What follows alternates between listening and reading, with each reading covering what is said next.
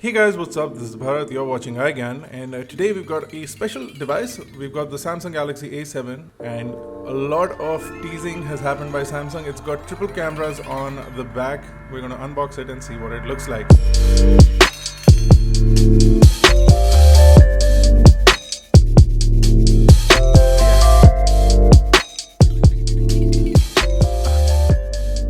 Now the phone has been launched in India already. Price on the box is 25,600 rupees, but it is actually going to be available in the market for much less. So for the 4GB plus 64GB variant, you'll be able to get it for 23,990, whereas for the 6GB plus 128GB variant, you'll be able to get it for 28,990. They're also offering about 2,000 rupees of cashback. We'll leave links to buying it in the description below when it goes on sale on 27th. So let's quickly go ahead and cut through the box. The first thing inside the box is the phone itself. I'm going to place it to the side for the time being. If you go further in, you also do get some documentation, warranty certificates. There's also a SIM ejector tool, a USB to micro USB cable. I don't know why Samsung can't switch to USB Type-C. Standard style earphones. You also get a USB charger. Now this is a 5 volts and 1.55 amps, so more than a typical charger, but not as fast as some of the quick charge devices out there. And that is basically everything from the box of the device. Let's take a look at the phone itself. The phone has a really nice form factor. It's rounded off on all sides and really fits well in the hand thanks to the curvature on the back, as well as the fact that the glass is also contoured towards the edges. The front camera is a 24 megapixel camera, which is absolutely brilliant. You also do get a LED flash on the front. The f-stop is 1.9.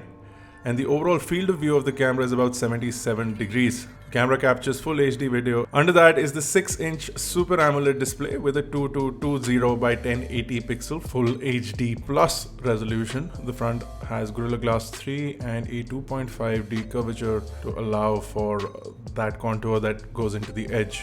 And you can see that there are considerable bezels, but there is still an infinity display, so you do get a wide viewing format and you do have curved edges on the display. Now the buttons are on screen, but most of the apps will make use of the full screen option that is available on the device. On the bottom of the phone is the 3.5mm headphone jack, micro USB port. Seriously, we need a USB-C now, and the microphone and the full speakerphone. On the right is what I really like, and I wish almost all companies did this, including Apple, if they're listening, is the power button with an integrated fingerprint sensor. Now we've seen this on Sony devices many years back, and now finally Samsung has popped it in there. Not only does it feel nice, but it is also an ideal position for the fingerprint sensor to be in. Above that is the set of volume buttons. On the top you do have a noise cancellation microphone. On the left of the device is the SIM tray. Now the SIM tray does have dedicated slots for 2 SIM cards and micro SD card. The micro SD card is expandable up to 512GB. On the back is the triple camera setup. So the first camera is a 24 megapixel f1.7 camera. The second camera is a 5 megapixel f2.2 camera, which is for the depth and the bokeh. And the last camera is a 8 megapixel camera with an f2.4 aperture, which is an ultra wide camera with a 120 degree field of view compared to the typical 78 degree field of view of the main camera. So it gives you all the options. So if you want an ultra wide, if you want a standard view, or if you want to zoom in, you can have all the options available on this. Absolutely brilliant. The back also has a LED flash, a really nice finish, a squarish design on the back. I kind of like the layout of the cameras. It's a little different from what we've seen with the rounded sort of design copied from iPhone. It's completely different from that, so it gives it its own unique sort of identity, which is nice because there's a lot of similar looking devices out there. Once we power on the device, you'll see that it is running Samsung Skin on the phone. It is running Android 8.1 out of the box. Promised upgrade to Android 9. Samsung Experience Platform 9 is already on there. For battery, you get a 3300 mAh battery. If you slide over from the home screen, you can access Bixby Home. You will need to sign in to your Samsung account to be able to access Bixby. And there is also the Samsung Pay Mini feature available on this device, which is excellent. It allows you to make payments without requiring cash or credit cards on you at all times. The phone also has Samsung Mall, a feature that a lot of people like. The phone is also preloaded in a typical format with Microsoft apps. These Microsoft apps cannot be uninstalled, but you can disable them so that you can hide them from the screen if you don't need them, but they still remain on the phone. There is some other bloatware, a few apps, including the Amazon app. You can uninstall these, fortunately. So if you don't want to use Prime Video, for example, you can get rid of it. And there's also Daily Hunt, which is something that shouldn't be on there, so you can easily get rid of that. For those who are interested, the phone also does have FM radio. The camera experience is quite good. Of course, you do get Bixby Vision, which is really nice. A lot of people have started using this in India as well. You do have an ultra-wide format, which allows you to get a considerable amount of more detail in your shot, which is strange because you would not expect a camera to get this much information or this much view, and it can really come in handy. We've seen it on devices in the past, and this also allows you to sort of use that in the best possible format.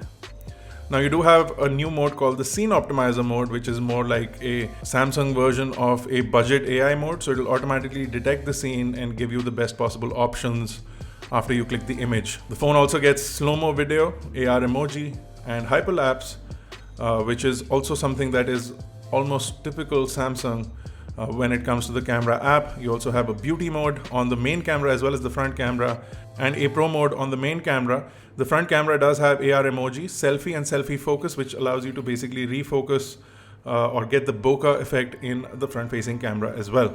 Now running everything is the Exynos 7885 chipset with an octa-core 2.2 GHz CPU. So 4 cores are at 2.2 GHz while 4 cores are at 1.6 GHz.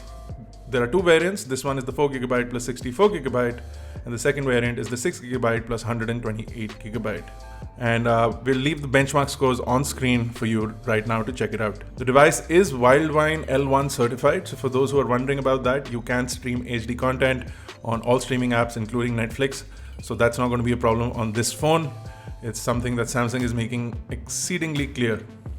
The phone also does have, like I mentioned, the fingerprint sensor which sits on the right, but more importantly, if you like using face unlock, that is also there on the phone.